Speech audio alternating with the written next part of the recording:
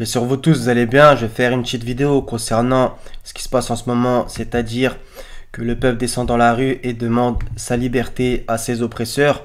Donc, on va avoir pas mal de choses. On va même regarder des livres francs-maçons. Il y en a 3. C'est le cas de le dire. On va voir que c'est important, qui va nous ramener à la devise liberté, égalité, fraternité. On va voir certaines choses, etc., etc.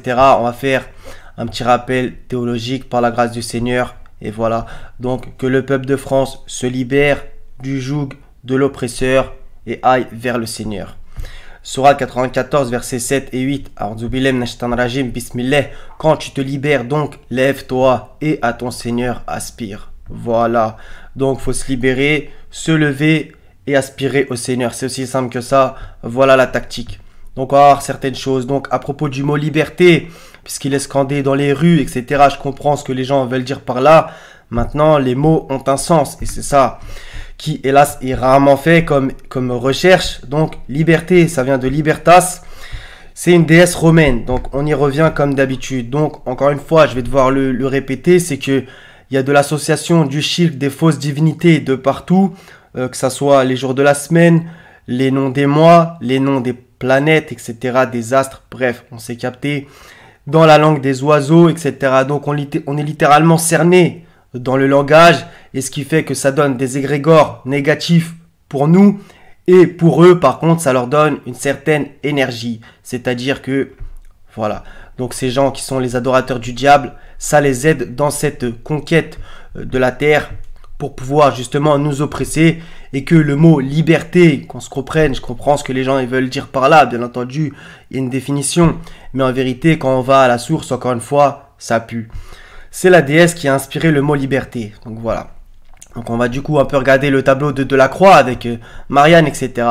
Elle est représentée comme la déesse de la liberté dans la fameuse statue de la liberté. Donc on y revient, donc New York, Gotham City avec Paris, etc. Le lien, comme d'habitude, portant une torche à un livre romain. Un livre romain.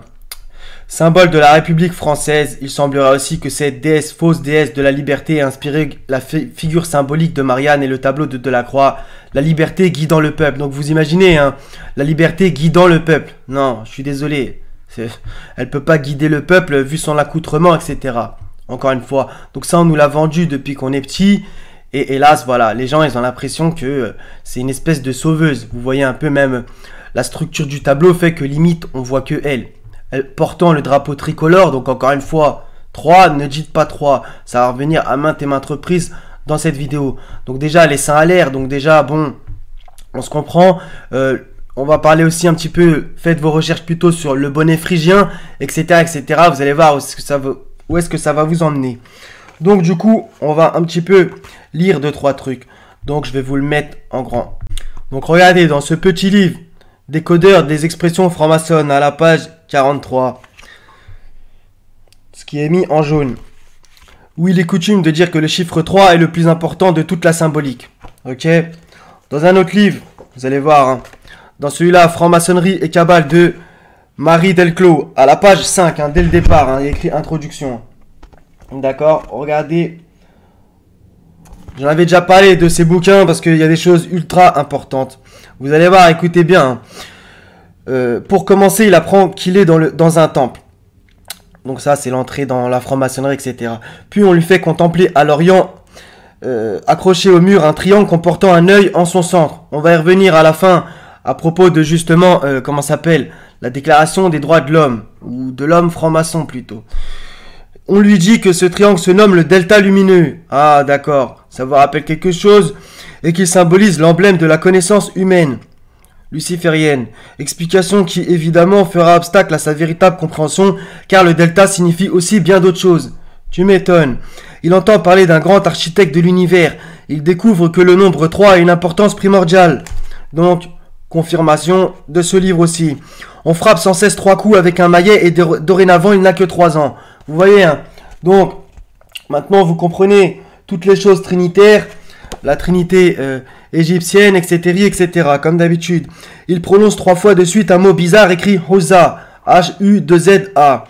Pour ceux qui connaissent le Coran, ça va vous rappeler direct Allat, Manat et Huza. Donc, les 3 fausses divinités, la trinité, encore une fois. mais qui, lui dit-on, doit se prononcer José. Bon, ils leur mettent des douilles comme d'habitude. Bien souvent, il ne saura jamais ce que ce mot signifie, peut-être Oura. On continue toujours dans ce livre-là à la page 65, 66, 67. Donc, c'est le chapitre 3 points, les frères 3 points, d'accord? Comme tout le monde connaît en vérité. Donc, vous pouvez voir des fois ce symbole-là, par exemple, même dans les documents administratifs, dans des bouquins, etc. Comme d'habitude, donc en forme triangulaire, en 3 points. Donc, tout le monde connaît cette chose-là. Donc, ces 3 points apparaissent sous différentes formes, en triangle ou en triangle inversé. Par exemple, donc on peut aussi voir l'étoile qu'on attribue à David. Donc, le triangle vers le haut qui symbolise la masculinité et vers le bas, la féminité. Donc, quand ils sont assemblés, etc., etc., par exemple. Certains pensent que les 3 points proviendraient du compagnonnage où ils paraissent avoir symbolisé le triangle.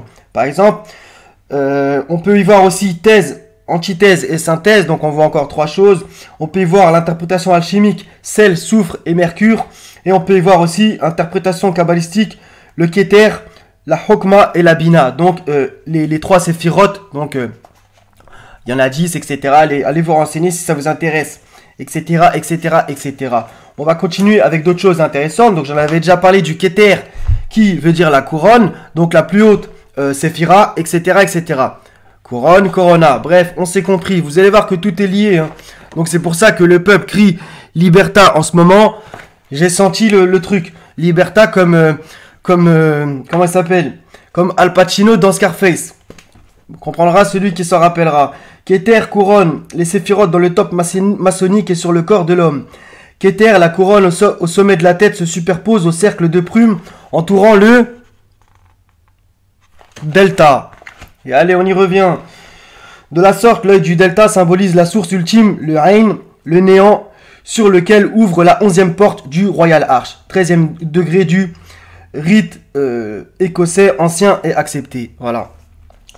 Donc la Hokma, la Bina, la sagesse, etc. Donc tout ça, c'est très important à connaître, les séphirotes. Lisez chaque séphira, etc. C'est important et très intéressant pour comprendre mieux dans quoi on vit. Donc dans ce livre-là, donc de Alain Boer et Roger Daché, donc Alain Boer, très très connu parmi les francs-maçons, lexique des symboles maçonniques, à la page 86, je vais vous lire à propos de Marianne, et 87. Ah, vous allez voir, ça va piquer encore une fois. Bon, après dans ce livre, on s'est capté, il y a des trucs bizarres. Le buste de Marianne qui orne en France toutes les salles de mariage ou de conseil municipal est-elle aussi un symbole maçonnique? Genre, il pose la question. En France, la réponse est en partie positive, mais avec des réserves. À la fin du 19e siècle, en raison de l'évolution politique et religieuse propre à la France de cette époque, la maçonnerie s'est majoritairement orientée dans ce pays vers l'action politique avec l'objectif d'établir la République et de séparer les églises et l'État. Vous voyez ce qu'il vient de dire, hein? D'établir la République, donc, comme, on va dire, presque religion, et de séparer les églises et l'État. Donc, justement, comme par exemple l'autre qui avait dit, Vincent Payon, il avait dit la République, etc., la religion, la franc-maçonnerie, bref, vous retrouverez toute cette vidéo.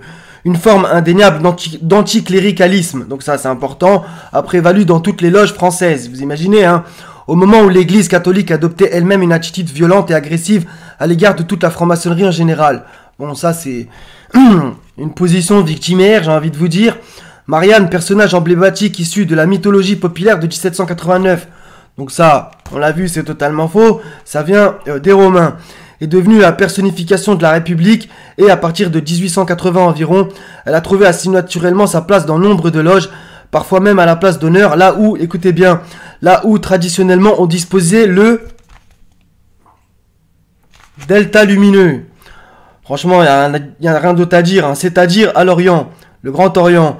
Il en est ainsi dans le principal temple du Grand Orient de France, rue Cadet, à Paris, où elle est installée au centre de l'Orient. Vous imaginez, hein, ils font rien par hasard. On a même produit un modèle spécifique de Marianne maçonnique, décoré d'un cordon portant l'équerre et le compas. Ok, donc cordon, équerre, compas, encore 3. Toutefois, si les sentiments républicains de tous les francs-maçons français ne font aujourd'hui pas de doute, Marianne ne subsiste que dans certaines loges, principalement dans celle du Grand Orient de France. Elle est naturellement absolument inconnue du décor maçonnique partout ailleurs dans le monde. Ça, c'est une grosse blague, mais bon, c'est pas grave. Donc on va continuer à regarder certaines choses. Donc ça va être, voilà, donc le tableau de Eugène Delacroix. Donc déjà il s'appelle Delacroix au passage. Et Eugène, ça nous rappelle un peu l'eugénisme. Bref, on va rien dire. Donc à propos de la liberté, eux en vérité, liberté, égalité, fraternité, déjà ce sont des valeurs nobles à la base, même si en vérité elles sont détournées et valables que pour certains. Encore une fois, comprendra celui qui pourra. Mais eux en vérité, ce sont pas vers la liberté qui vous amènent, c'est vers le libertinage. C'est totalement différent. Et par contre, ils sont liberticides. Donc tout ça, ça va dans le même sens. Eux, ce sont des libertins. Donc coraniquement, le libertin, très très très mauvais signe. Toujours. D'accord? Donc, 90, 12 à 16. Et qui te dira ce qu'est la voie difficile? C'est délier un joug. C'est ça que le Seigneur, il nous appelle à faire. Délier les jougs. Déjà, nous-mêmes, nous libérer. Bon, du coup, vu que je vous ai dit l'étymologie, on s'est capté. Mais bon, on va pas parler en mandarin. Donc, se libérer nous-mêmes et ensuite essayer de libérer les autres. Par exemple, même religieusement, quand les gens sont dans une secte, essayez, même si vous étiez vous dans la secte, vous libérez de la secte et ensuite essayez de libérer ceux qui sont dans la secte. C'est délier un joug ou nourrir en un jour de famine un orphelin proche parent ou un pauvre dans le dénuement. Voilà, c'est la voie difficile. Donc, on va un peu regarder ça. Donc, déclaration des droits de l'homme et du citoyen. Bon, j'ai même pas envie d'en parler en vérité. Donc, justement, à gauche, elle a une chaîne. Donc, tout ça, ça parle beaucoup. Le serpent qui se mord à la queue. Le Nachash, celui qui a fait tomber l'homme dans le jardin d'Éden. Genèse chapitre 3. On y revient comme d'habitude. Donc, voilà. Donc, déjà, ils ont mis un ange, mais voilà, sexe féminin, ça aussi, le Seigneur, il en parle dans le Coran, par exemple. Bref. Et voilà, donc justement, on voit quoi là-haut? Bah, le triangle. Et le triangle, c'est 1, 2, 3, encore une fois. Donc, ce qu'ils appellent, eux, l'œil de la providence. Donc, qu'on retrouve sur le dollar, etc. Je vous apprends rien là-dessus. Le nouvel ordre mondial, Ordo Abkao. Comme d'habitude, c'est toujours la même rengaine. Donc, du coup, si ils le mettent au-dessus, vous vous doutez bien que c'est signé, resigné. Et au passage, vu que c'est au-dessus, bah, on revient un petit peu encore une fois à Keter, la couronne la plus haute des Séphiroth. Aussi simple que ça. Voilà. Donc, on va maintenant lire un petit peu l'évangile pour se faire du bien. Donc, Matthieu chapitre 5, verset 13 à 16. Vous êtes le sel de la terre, mais si le sel perd sa saveur, avec quoi la lui rendra-t-on? Il ne sert plus qu'à être jeté dehors et foulé aux pieds par les hommes. Vous êtes la lumière du monde. Une ville située sur une montagne ne peut être cachée. Et on n'allume pas une lampe pour la mettre sous le boisseau, mais on la met sur le chandelier et elle éclaire tous ceux qui sont dans la maison. Lumière sur lumière, Allah guide vers sa lumière qui il veut. Que votre lumière luise ainsi devant les hommes, afin qu'ils voient vos bonnes œuvres et qu'ils glorifient votre Père qui est dans les cieux. Voilà. On va lire Ésaïe 61, 1, un verset important que justement Jésus a lu au cours de sa vie, justement, au tout début de sa mission. L'Esprit du Seigneur, l'Éternel, est sur moi, car l'Éternel m'a oint pour porter de bonnes nouvelles aux malheureux. Il m'a envoyé pour guérir ceux qui ont le cœur brisé, pour proclamer aux captifs la liberté et aux prisonniers la délivrance. Voilà, on y revient comme d'habitude et comme Jésus l'avait dit. Je n'ai pas été envoyé vers les justes, mais vers les pécheurs, encore une fois. Donc voilà, donc libérer les gens, se libérer soi-même. Mais tout ça, ce sont des illusions que le peuple crie liberté dans la rue. Faut vraiment, vraiment, vraiment, vraiment faire attention. Encore une fois, vous l'avez vu, le 3, etc., etc. Donc crier liberté, c'est comme limite invoquer cette fausse divinité. Oui, encore une fois, je me répète, je vais vous mettre à la fin de la vidéo une vidéo que j'avais fait, l'association dans les mots au quotidien. C'est très cru et il y en a encore plein d'autres. La langue des oiseaux, les mots quand ils sont dans les mots, etc., etc. Oui, oui, c'est difficile à... Voilà, ça met les boules, mais c'est comme ça. Donc voilà les frères et sœurs, soyez bénis, courage, détermination. Essayez de, quand il se passe quelque chose, de ne pas se faire matrixer. Et essayez, Inch'Allah ta'ala, de ne pas tomber dans les pièges du diable, car c'est notre ennemi déclaré. Soyez bénis les frères et sœurs. Wassalamun ala al-mursalin. Walhamdulillahi rabbil alamin. La ilaha illahu al-hazizul hakim. Paix sur vous tous. Prenez soin de vous. À la prochaine, Inch'Allah. Salam.